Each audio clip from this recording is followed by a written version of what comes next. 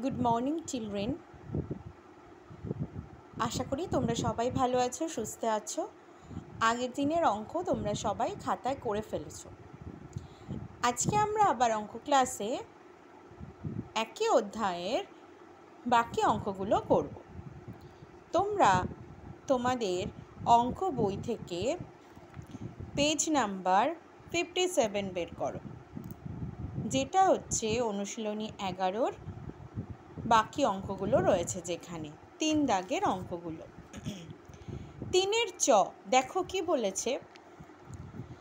একটি সোনার লকেট তৈরি করতে 10 গ্রাম 325 মিলিগ্রাম সোনা লাগে। এরূপ 22টি সোনার লকেট তৈরি করতে কত সোনা লাগবে? তাহলে আমরা অঙ্কটা কিভাবে লিখব দেখো। এই অঙ্কগুলো কিন্তু তোমরা প্রত্যেকে তোমাদের অঙ্ক সিডাব্লিউ খাতাতে করে ফেলবে। খাতার উপরে সিডাব্লিউ ডেট অনুশীলনী 11 লিখে করবে। একটি লকেট তৈরি করতে সোনা লাগে 10 গ্রাম 325 মিলিগ্রাম।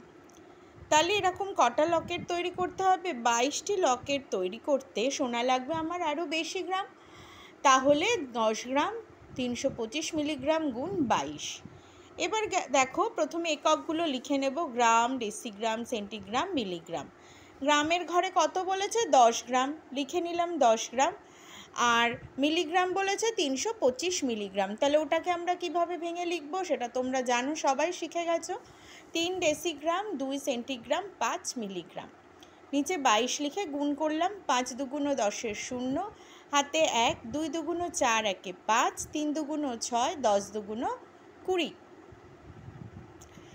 এবার এককের ঘরে 0 দিয়ে দশকের ঘর থেকে আমরা আবার দশকের ঘরের গুণ শুরু করব। 5 দুগুণ 10-এর 0, হাতে 1, 2 দুগুণ 4, আর 1-এ 5, 3 দুগুণ 6, 2-এর সাথে 0 গুণ করলে 0, 2 1-কে 2। এবার এই দুটো যোগ করি, 0 0, 0-র সাথে 5 যোগ করলে 5, 5 আর 6 11-র 1, হাতে 1, 6 আর 1-এ 7, হাতে কিছু নেই, 0-র সাথে 2 যোগ করলে 2 বসে গেল 2। তাহলে আমার সোনা লাগছে 227 গ্রাম, 1 ডেসিগ্রাম, 5 সেন্টিগ্রাম, 0 মিলিগ্রাম। এবার আমরা উত্তরটা লিখে ফেলব। কি লিখব? 22টি লকেট তৈরিতে সোনা লাগবে 227 গ্রাম, 1 ডেসিগ্রাম, 5 সেন্টিগ্রাম, 0 মিলিগ্রাম। তাহলে অঙ্কটা সবাই খাতায় করে ফেলবে। এবার চলে আসে পরের অঙ্ক ছ কি বলেছে দেখো। একটি রাস্তা তৈরি করতে 20 জন লোকের 12 দিন সময় লাগে।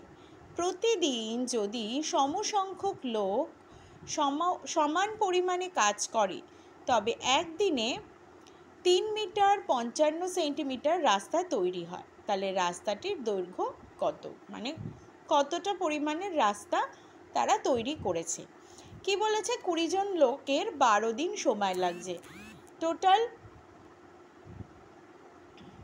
রাস্তাটা তৈরি করতে 12 দিন সময় লাগছে। প্রত্যেক দিন মানে এক এক দিন সমসংখ্যক লোক মানে 20 জন লোক যদি একই পরিমাণে কাজ করে, তবে এক এক দিনে তারা রাস্তা তৈরি করছে 3 মিটার 55 সেন্টিমিটার।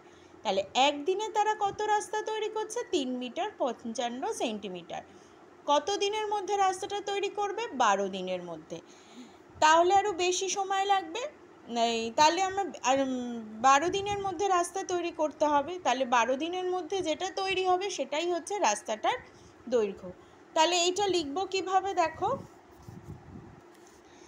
একদিনে তৈরি করে 3 মিটার 55 সেন্টিমিটার রাস্তা, 12 দিনে তৈরি করে 3 মিটার 55 সেন্টিমিটার গুণ 12। এবার নিচে পাতিয়ে ফেলি। মিটার, ডেসিমিটার, সেন্টিমিটার এককগুলো লিখে নিলাম। 3, 5, 3 মিটারের ঘরে 3 লিখলাম। 55 সেন্টিমিটারটাকে ভেঙে দিলাম 5 ডেসিমিটার 5 সেন্টিমিটার। 12 দিয়ে গুণ করছি। 5 দুগুণ 10-এর 0, হাতে 1, 5 দুগুণ 10 আর 1-এ 11-র 1, হাতে 1, 3 দুগুণ 6 আর 1-এ 7।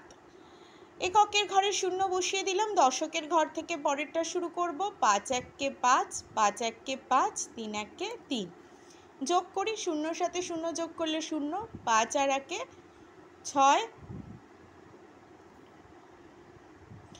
7 আর 5, 12 2, হাতে 1, 3 আর 1 4। তাহলে এখানে সমান সমান দিয়ে লিখি 42 মিটার 6 ডেসিমিটার 0 সেন্টিমিটার। তাহলে কতটা পরিমাণ রাস্তা বা রাস্তার দৈর্ঘ্য কি হয়েছে? রাস্তাটির দৈর্ঘ্য হলো 42 মিটার 6 ডেসিমিটার 0 সেন্টিমিটার। এই অঙ্কটাও সবাই করে ফেলবে। এবার আমরা চলে আসি পরের অঙ্কে। বর্গীয় ছের অঙ্কটা কি বলেছে? একটি নল দিয়ে একটি চৌবাচ্চায় প্রতি মিনিটে 9 লিটার জল প্রবেশ করে। ওই চৌবাচ্চাটিতে 522 লিটার জল ধরে। কত মিনিটে চৌবাচ্চাটি সম্পূর্ণ ভর্তি হবে? এই অঙ্কটা যখন আমরা বড় হব তখন একটা নতুন পদ্ধতি শিখব, যেটাকে আমরা ঐকিক নিয়ম বলে থাকি। সেই পদ্ধতিতে আমরা অঙ্কটা করব। কিন্তু এখন তোমাদের বোঝার সুবিধার জন্য যাতে তোমরা সহজভাবে বুঝতে পারো, সেহেতু এটা আমরা সহজভাবে বুঝিয়ে অঙ্কটা করব। দেখো কি বলেছে, প্রতি মিনিটে 9 লিটার জল প্রবেশ করে। আর এখানে বলেছে 522 লিটার জল ধরে। আমরা একই এককের নিচে একই একক লিখি। তাহলে এখানে 9 লিটার জল প্রবেশ করে 1 মিনিটে। যদি আমরা ঐকিক নিয়মে করতে যাই বা ভবিষ্যতে যখন আমরা করব তখন এটা হবে 9 লিটার জল প্রবেশ করে 1 মিনিটে। তাহলে 1 লিটার জল প্রবেশ করতে আরও কম সময় লাগবে। তাহলে 1/9 হবে।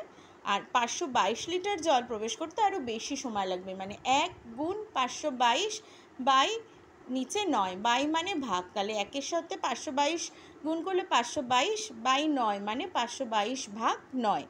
কিন্তু এখানে দেখো, যেটা আমরা লেখার সময় এটা কিভাবে করব, যেহেতু আমরা একই এককের নিচে একই একক লিখে থাকি, তাই দেখো 9 লিটার জল প্রবেশ করে 1 মিনিটে, 522 লিটার জল প্রবেশ করে।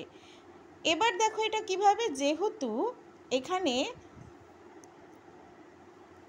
একই এককের নিচে একই একক লিখতে হবে, তাই আমরা কখনোই 1 মিনিটে 9 লিটার জল প্রবেশ করে 522 লিটার এভাবে লিখতে পারবো না, কারণ মিনিট আছে আর এটা লিটার আছে। আমরা এককের তলে একক লিখব। যখনই আমাদের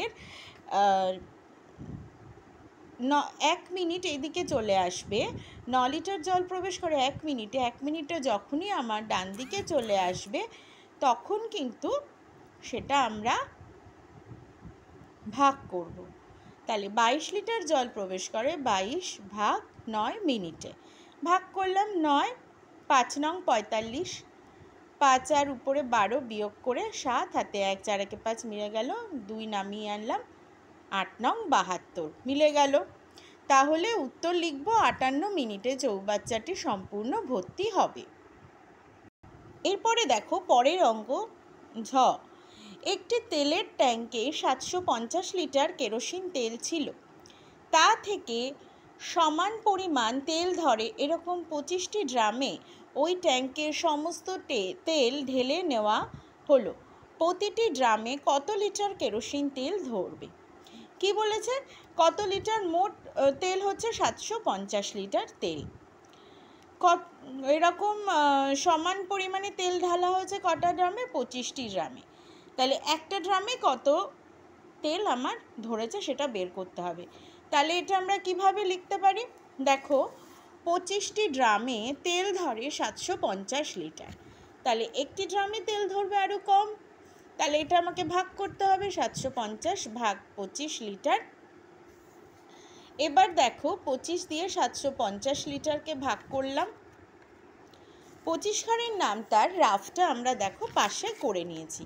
তোমরা এটা আমি ক্লাসে বলে থাকি তোমাদের, যেমন যে রাফটা আমরা খাতার পাশেই করব, পরীক্ষার সময়ও কিন্তু রাফটা আমরা খাতার পাশেই করব। প্রথমে কি করেছি, শুধু এই 75টুকুনি নিয়েছি। 25 একে 25, 25 দুগুণে 50, 3 25 75, 3 বারে মিলে গেছে 75, শূন্যটা বসিয়ে দিয়েছি। তাহলে এখানে লিখলাম 30 লিটার। তাহলে উত্তর কি লিখব? প্রতি ড্রামে 30 লিটার কেরোসিন তেল ধরে। এই অঙ্কগুলো কিন্তু অবশ্যই তোমরা তোমাদের সিডাব্লিউ খাতাতে করবে এবং ভালো করে বুঝে অঙ্কগুলো করবে এবং বাড়িতে প্র্যাকটিস করবে। 3 দাগের ইঙ এই অঙ্কটা কিন্তু বাদ থাকবে। তাহলে সবাই ভালো থাকবে, সুস্থ থাকবে, সাবধানে থাকবে। আজকে আমাদের ক্লাস এখানেই শেষ হলো।